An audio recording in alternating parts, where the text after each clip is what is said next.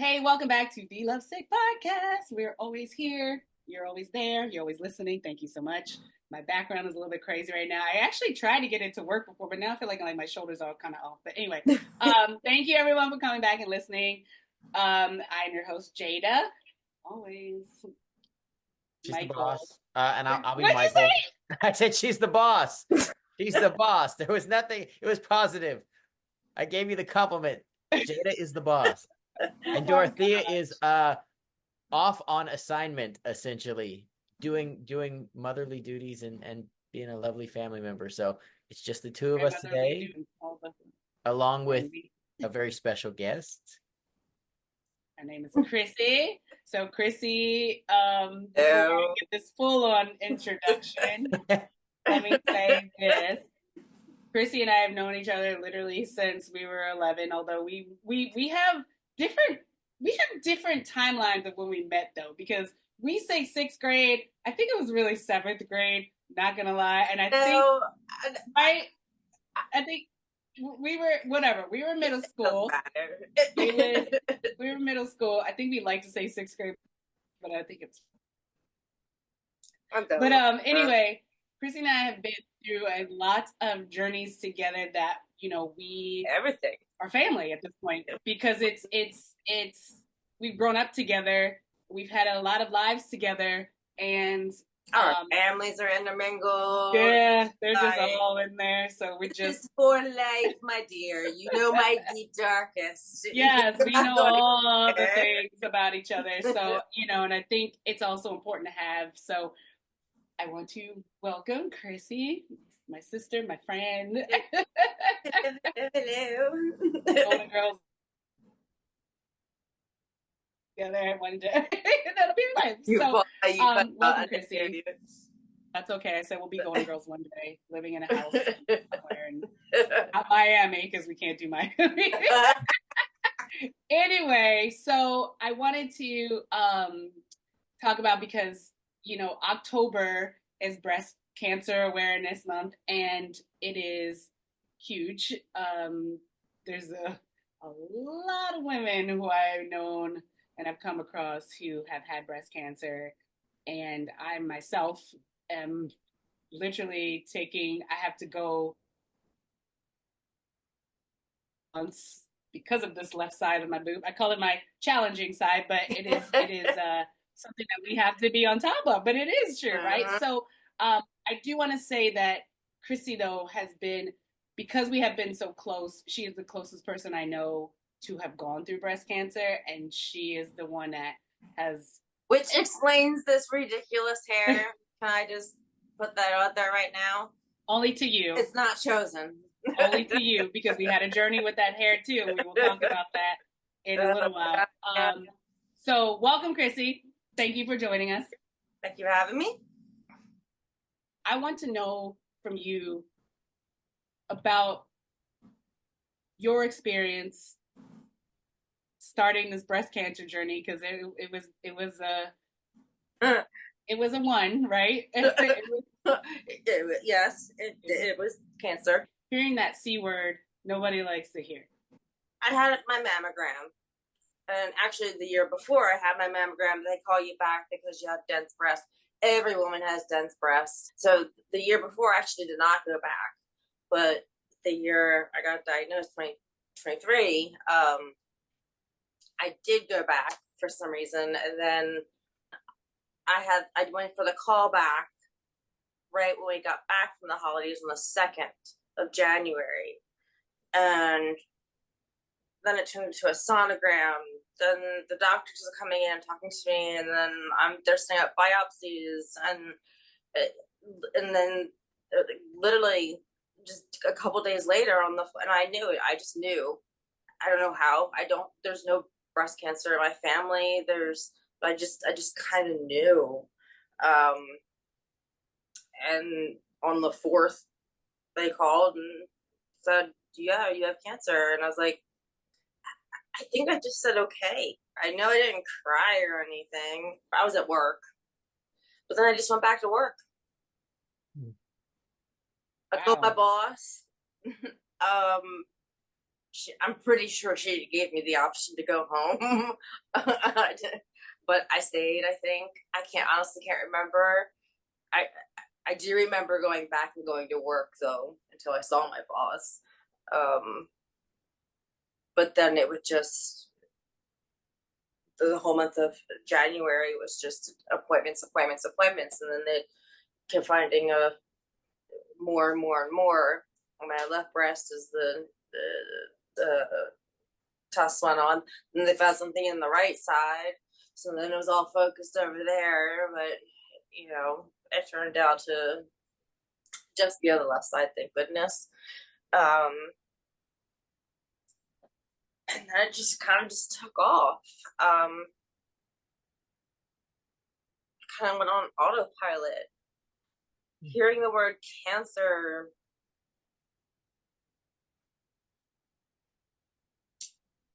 I don't think I was ever really scared, to be perfectly honest.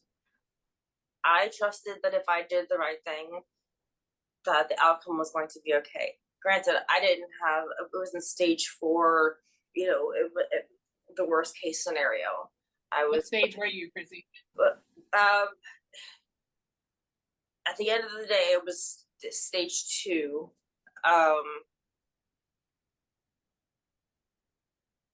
And there's so many different kinds, and I have considered the good kind of cancer, which I freaking hate.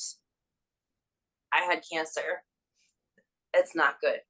I still went through chemotherapy, and I didn't go through what some women go through, which is just, I guess I understand why they call it the good one, but still. But you don't need to diminish your journey, because that is still a. No, I know. I know. It's weird because you feel guilty in weird ways. Like, I felt guilty that I had to leave work for a year. I felt guilty for having cancer. It was just like a weird, because that meant I needed help from so many different sources that I'm not used to pulling from. I'm the caretaker. I'm the one who gets things organized and ready to go. I'm not the one that needs help. And that was a huge thing for me to relinquish, because I don't do good with asking for help. So that was one thing that was really hard for me to do, but I'm glad that I did it. So yeah, feels like a shock, right? Like a symptom when you're, or a experience when it's like they're like, you have cancer, and you're like, okay, because it's like, I have it now. Yeah, it's like I there's nothing now I could. There's things I could do about it, but what is that? Because that is something that just, you were going out to make and that's a big ass news. I always thought it was connected to family genetics. It's not at all. I always thought they went by stages. My doctors, at least, didn't so much go by that.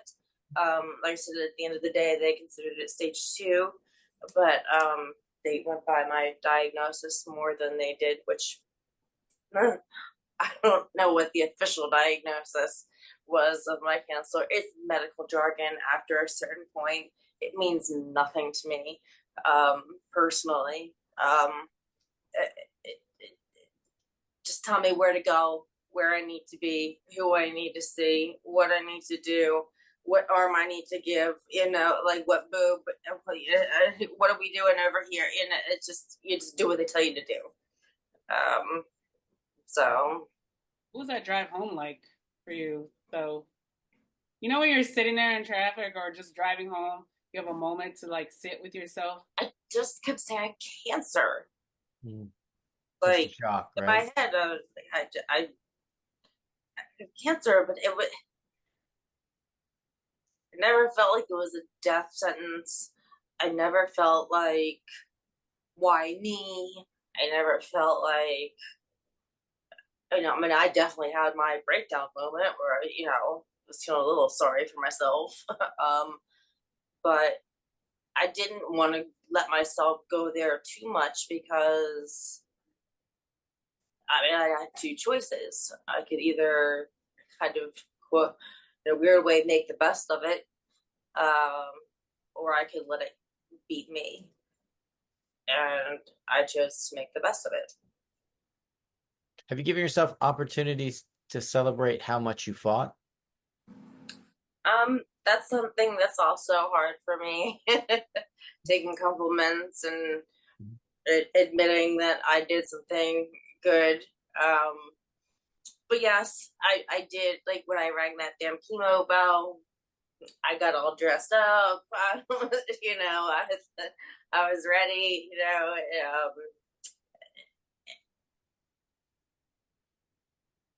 And I do. Like on the year anniversary of my diagnosis, I got myself a tattoo that was significant to what I had gone through all throughout cancer, because I had a ton of other stuff going on too at the same time, unfortunately. But yeah, I do give myself a pat on the back. I went through a lot, and sometimes I don't allow myself to go there a lot for some reason. But Yeah. I did go through a lot. You did. You went through look, you went through a lot of damn stages. Need to ask though, what is it like to make those initial calls to friends and family to tell them, because it's, and we've talked about this a lot on our show. It's like, who do you tell? Because, you may not want to tell neighbor, Right. and I want to tell cousin, but it's like, who are the people that you find comfort in to reach out to? What are those initial conversations like, Yeah. Yeah. It was for being our age. I'm 45. Sorry, you're 45 too. I've talked about it. It's okay.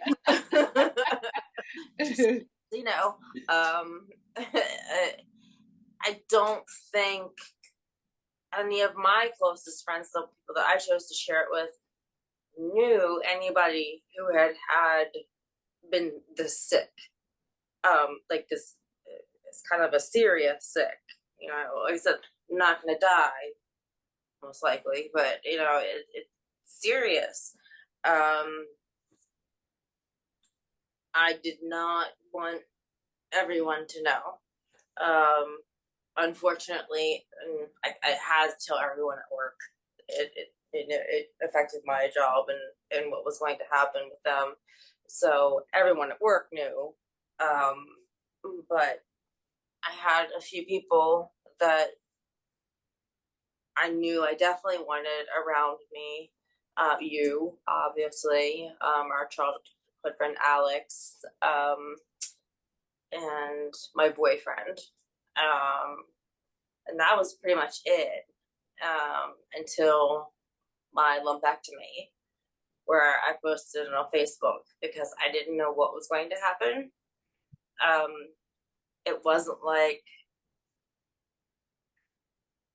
I wanted to share it on Facebook because I want to bring awareness, and I want women our age, especially, to get their mammograms, to get yourself checked because, whatever.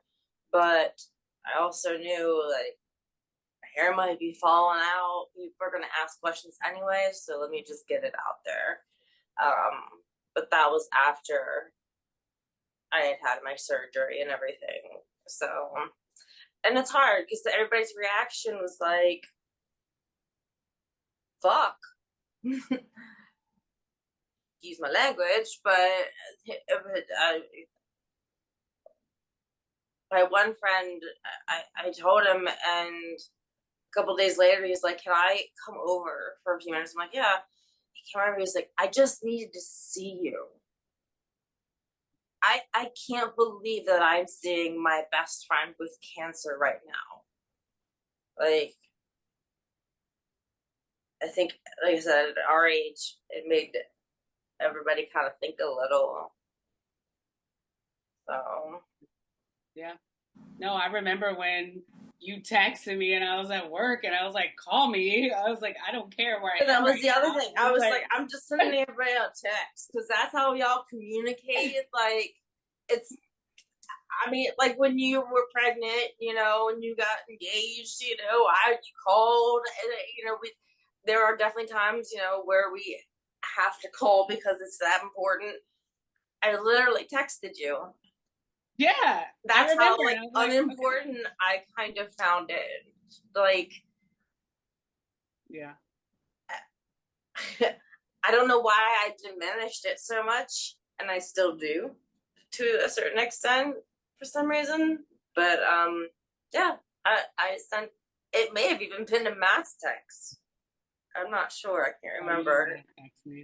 Or I know I cut and pasted. That's what I did. I cut and pasted. I was like, all right, here are the 5 people I gotta know. Cut, paste, cut, paste, cut, paste. And yeah. you guys are the ones that I kept up.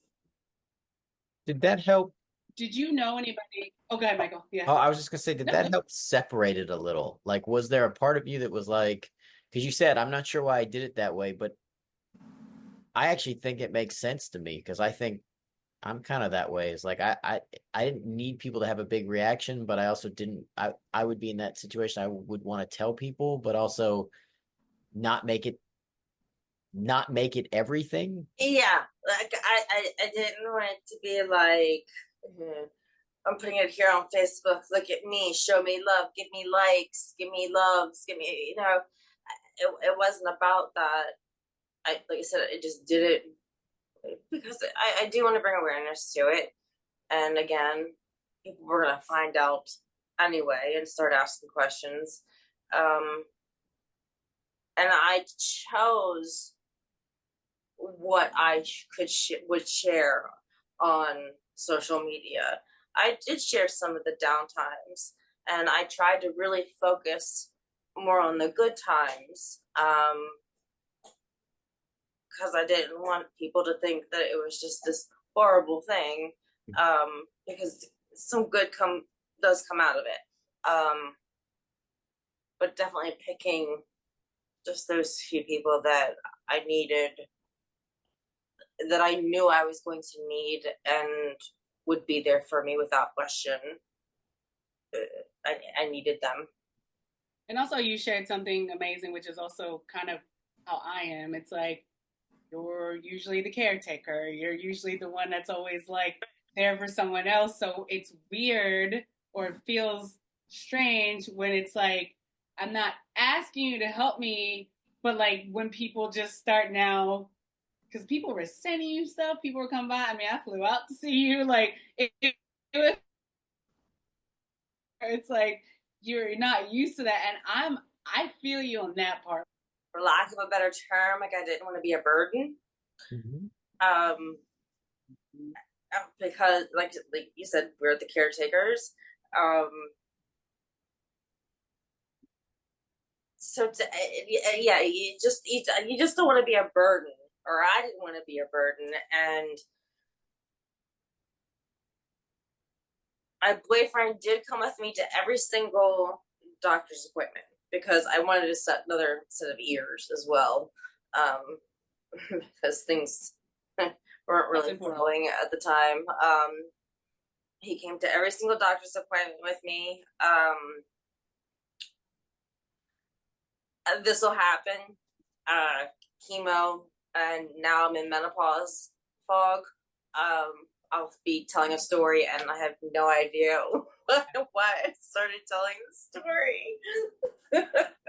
I do that all the time. Did it a couple times. I'll just be like laughing my ass off, and I'm like, I have no idea what I'm talking about. It's okay. I do it. It's a side effect of chemotherapy, which is getting better, but it's called chemo brain.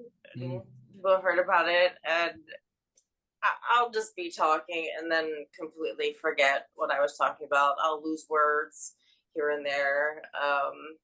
It's getting better, but then also genetics, and because of cancer, I'm now in full menopause, so I have menopause fog. the cancer medicine that I'm taking creates memory problems. So I'm doing good on that front. Yeah, with also life's changes and being women. Yeah.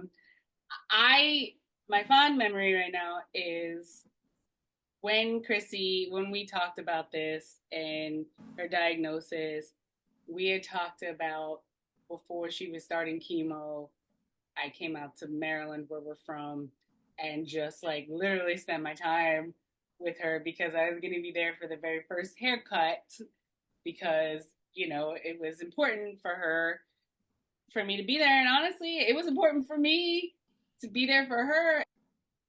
I watched you go through a good chunk of emotions during this haircut too. I was just thinking about that the other day, the week that you were here. God, that meant so much. And it was so needed at the time. It was just perfect timing. I just recovered from the lumpectomy, found out that it had spread and needed chemotherapy and stuff like that. You were home at the perfect time. I got the last spot for my hair with my hairdresser. She was like, "Come on in," and yeah, we didn't tell anybody. It was just me and you. We went. It was all the way down my back. I had long, thick hair, and I knew I was going to be losing it. So I figured, I didn't want. When the day came, I didn't want these long clumps falling out. That just was dreadful to me. So had a nice new haircut for a couple weeks and then lost it all together. I remember when this was going on. Having you there was like, I couldn't have done it without you. I'm glad I was there. I think your hair at that time is horrible. Your breasts, your hair as a woman, not all women, most women, that's your femininity. That's your womanly identity, and it really messes with your mind. Knowing that all of that is like in whack now. Yep.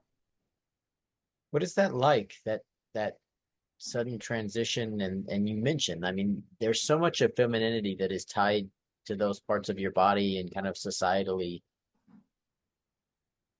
What is that like? Is it a sudden you feel like you've been stripped of some aspect of that? Do you feel like lost and confused a bit in your own body? I can only imagine it must be overwhelming. Definitely. It's definitely a time, at least for me, that I just do not feel pretty as a woman. When I lost my hair, the scars, and even as my hair grows back in, I'm still struggling with just not feeling pretty.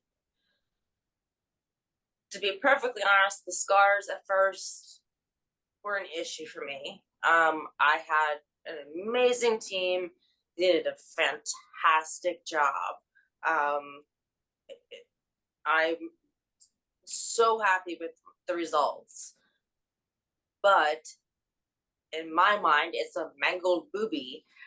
And that's part of me being a woman. I didn't have children.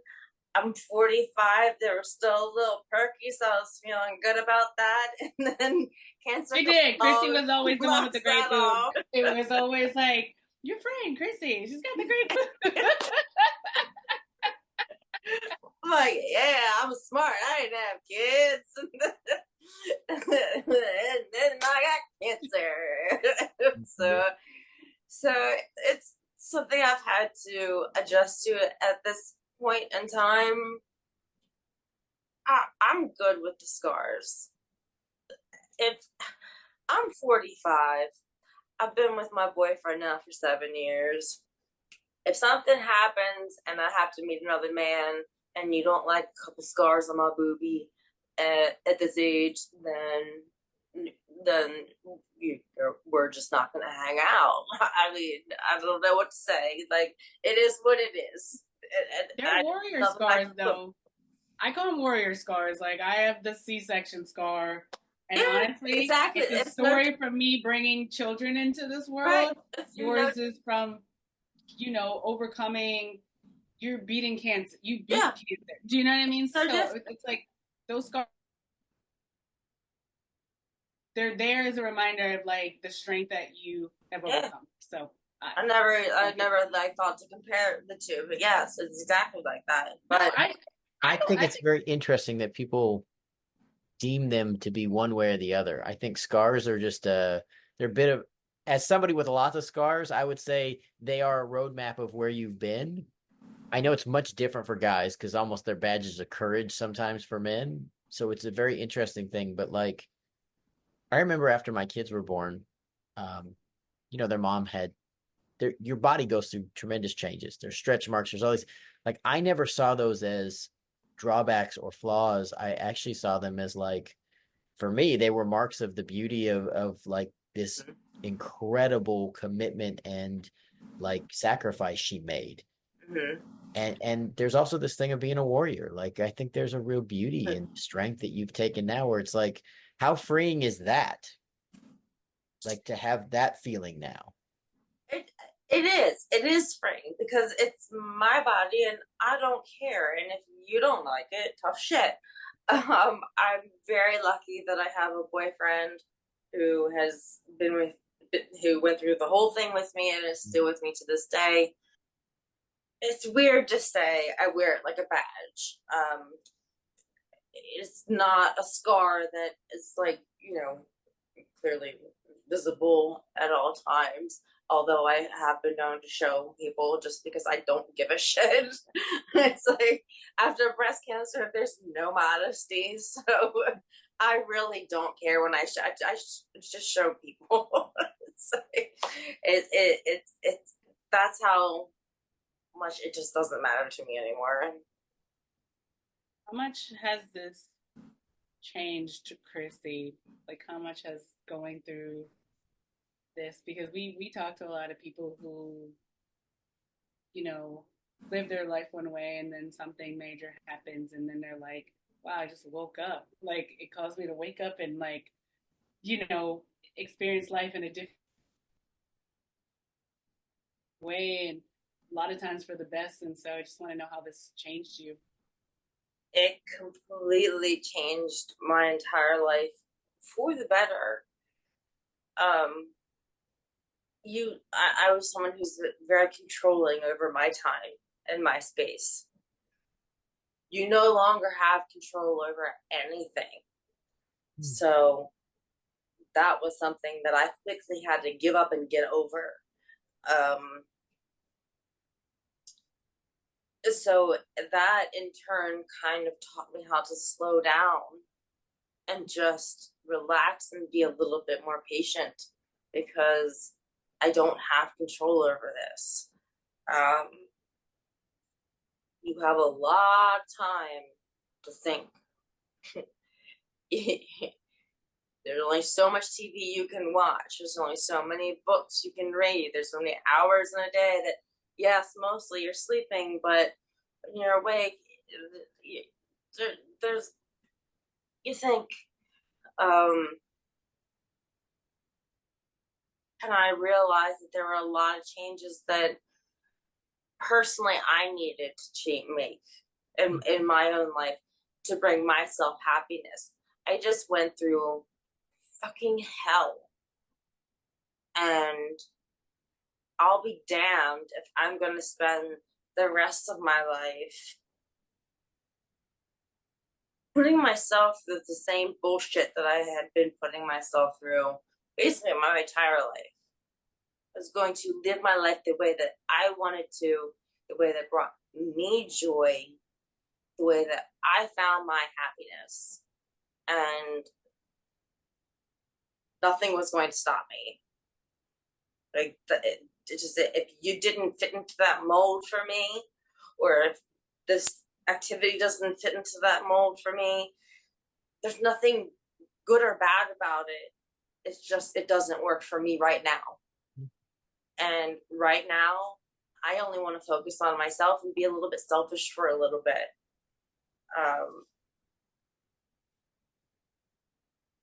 I guess you'd call it. It's not selfish to want to take care of myself, to want my happiness, to want my peace of mind. But that's why I say cancer changed me in a good way, because it brought to light a lot of stuff that needed to be addressed, and I addressed it, and I've been able to move on, and I beat cancer's ass. Then all last year I just dealt with a lot of personal shit that I thought of while I had cancer, and you handled that very well. Now we're settling down finally. Yeah. What did you need during that time for you to go through it? What did you just need from somebody versus them trying to come up with something to make you feel better? It's a really, really hard question. And I'm not sure if there's an answer to that, because people have to say something. You can't be like, I have cancer, I need you to know, and be like, you gotta have some kind of response, like, oh, I'm so sorry. Like, the one thing I did say was like, I couldn't stand when people were like, oh, you have the good kind of cancer. But people's responses were pretty much the same, sympathy, sending lots of prayers, so on and so forth. Just send a text, once a week, every couple of weeks. It doesn't, you don't have to be like up my rear end, just, but, check in, just say, hey, how you doing? You need anything? If that's all, like, I didn't require much. Like, I just need to know that you're thinking about me. And that was from the people that, obviously meant the most to me. Again, I know you don't love compliments, but I'm just going to say this. I'm kind of going to gush at you anyway. I watched this almost as a third party because I watched Jada prepare to come out with you. I watched and listened to Jada share how much it meant to her to be there. Yeah. How hard it was that first haircut. And also just this incredible pride she had as someone who loves you for getting to be there and be part of it. And to hear you say something that we don't often hear people say, which is, I became better out of this. And there's a beauty to that. And I think, man, I hope anybody who is just diagnosed who hears this can take a pause for a second in the struggle or the difficult part of this and think to themselves, oh, Crissy came out of this better. I could potentially come out of this better. Like I said, I had two choices. I could choose to go with it, accept it, and grow from it. Or I could let it eat me alive and be bitter and angry and not take care of myself and just let it destroy me. And for me, it was easy to choose the path to be better, because it made the entire experience that much easier. I understand why people fall into that trap of, oh, why me? And I remember when you were here that week, we were sitting in my living room talking about it. I'm just like, it's just that's what part of the process. It can't do anything about it. Yeah, that's your personality, because I remember Jada said that to me. She talked about how strong you were, how funny you were. I mean, seriously, like, there's a cold cap that you can get, and my mother was like freaking out, wanting me to get this cold cap, and there was only a potential or a possibility that it could work. Like, I don't care, just let it fall out. Yep. Just want to get better. Like it doesn't.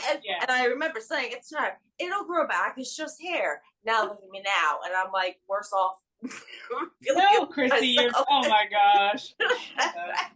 Oh my goodness. I'd rather. You know what she said to me? I honestly would rather be bald again. Yeah. Oh my gosh. She literally said to me, "You know what Shirley Temple looks like? That looks like me with a headband on." Shut up. Yeah, but it's the sense of humor, I think, is part of the journey through. I don't want to. Yeah, I don't want to be that person, but you're still here with us, and that is the bigger. That's me being selfish. This is I'm happy that you're still here. Well, and I definitely could never. I never could have done it without you. I needed you so bad, and that week you were here meant everything. I hope people do see this and realize that if you just let yourself like experience it, so much good can come of it. Learn from yourself, listen to yourself. It's cancer, it sucks, but it doesn't have to be the end of the world. It's not the end of the world. You know, I don't know, and everybody's journey is different, and I understand that, but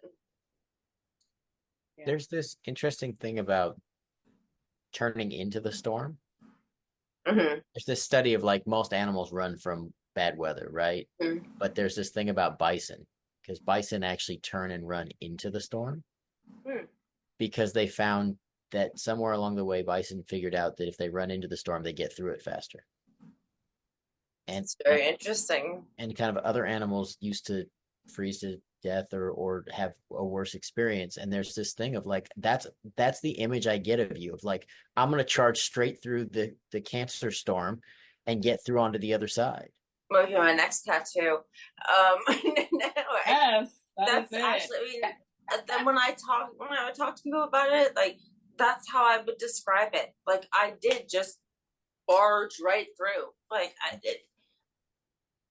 I didn't Google anything.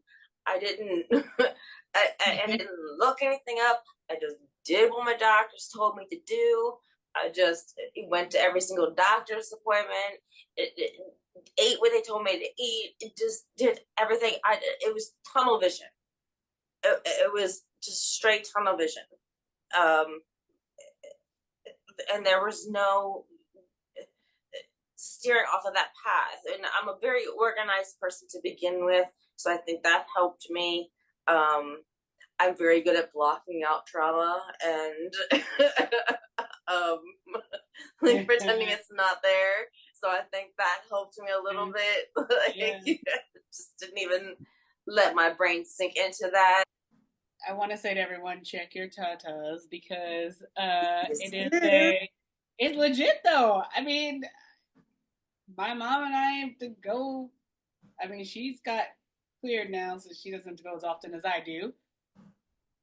But, like, please check it, because not only our age, but just being a woman, it's like these things that were, and I'm going to say this, these things that are very sexualized in the world are also the things that we also feed kids from. Like, we also, you know, we have to deal with a lot of, they serve purposes. And so when something like this happens, and I've seen your scar, and we deal with a lot. Like, we do. Well, there's also like the myth of it being hereditary, like, I can't get the word out. Hereditary, but it is not true. So if you don't have breast cancer in your family, that doesn't mean you're safe. Dense breast doesn't mean you're safe. If they call you back, go back. I didn't the year before that, they called you back and I didn't go back. I was like, oh, it's just dense breast, and I almost didn't go back this time. So if I hadn't, I mean, it just would have been that much worse. So just fucking go. take care. It's a pain in the ass, but it takes 20 minutes, 30 minutes. Just go get it done. It's a miserable thing. I'll say it as a partner, like what women go through, it's painful and it's uncomfortable, but I have as a partner also lived through multiple scares. Mm-hmm. And this term, it's just dense breast tissue, like, or slightly abnormal, right? Like all of these Mm-hmm. things.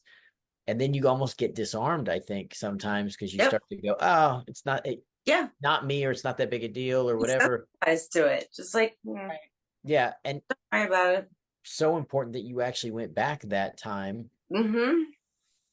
And then I think I only went back because I just wanted to get out of work. But you know what? That was something pushing you to be like, yeah, go, it's time to go. Yeah. Yeah. Or whatever it was, whatever it is, Yeah. you know. And and that's my rule now. Like, we're 45. Guess what that means now? Colonoscopy. So in December, I have my doctor's appointment set up, getting ready for that. I'm just, doing what the doctors say now. Yeah. We're getting old, bitch. So. But that's the thing, Crissy. We talk about this. There's people who are just like, I don't want to go. Like, and it's, and I used to get made fun of for going to the doctors all the time just because I was like, what is this? What am I? Whatever. But I'm like, shit, if I can get it covered and get it looked at, it can help me prevent stuff. And like, I mean. Well, and that's the thing. I was never sick. But I wasn't sick either. I was just I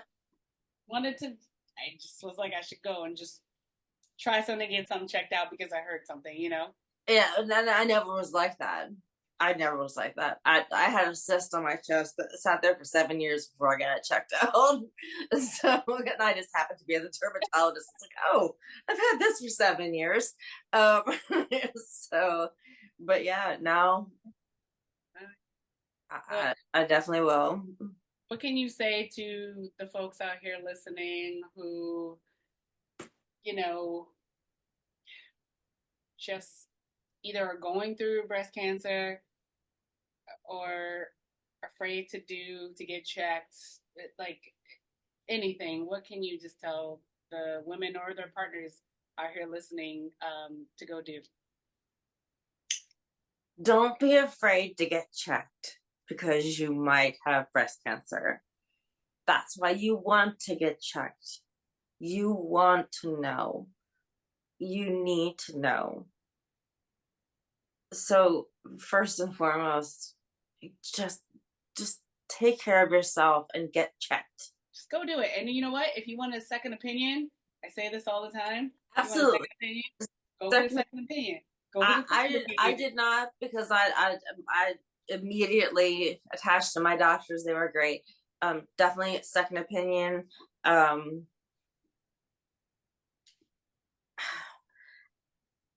Especially people who have to go through chemotherapy. Do what the nurses tell you to do. I had an incredible team of nurses that took excellent care of me. But they gave you a chemo class before you start chemotherapy. And it gives you like the worst case scenario, which is awful, and best case scenario, and everything in between. Do what they tell you. If something is wrong, call. Don't just sit there and be miserable. There are things they can do to be helped. Stay in touch with your doctors. And just be nice to yourself. It's okay to have bad days. You're not going to be able to help it. I mean, there would be days that if I didn't get a little walk in, because they do tell you to keep exercising, if I didn't get a little walk in, I felt so guilty. Like, just treat yourself kindly. Let yourself rest. That was a hard thing for me too, to just sit still and let my body heal. Thank you, Crissy, and thank you so much, everyone, for listening. I hope that just please go get checked. Like, that's all it takes, right? Just Please. It's just go. like just go. do it. Because Crissy can vouch for you. We can all like it takes 2 seconds of your life. Please just go do it and take care of yourself and take care of your health. Thank you. Crissy? I appreciate you being on the show, and I don't know. This is the weirdest conversation I've ever had with you. What? Because we're being professional.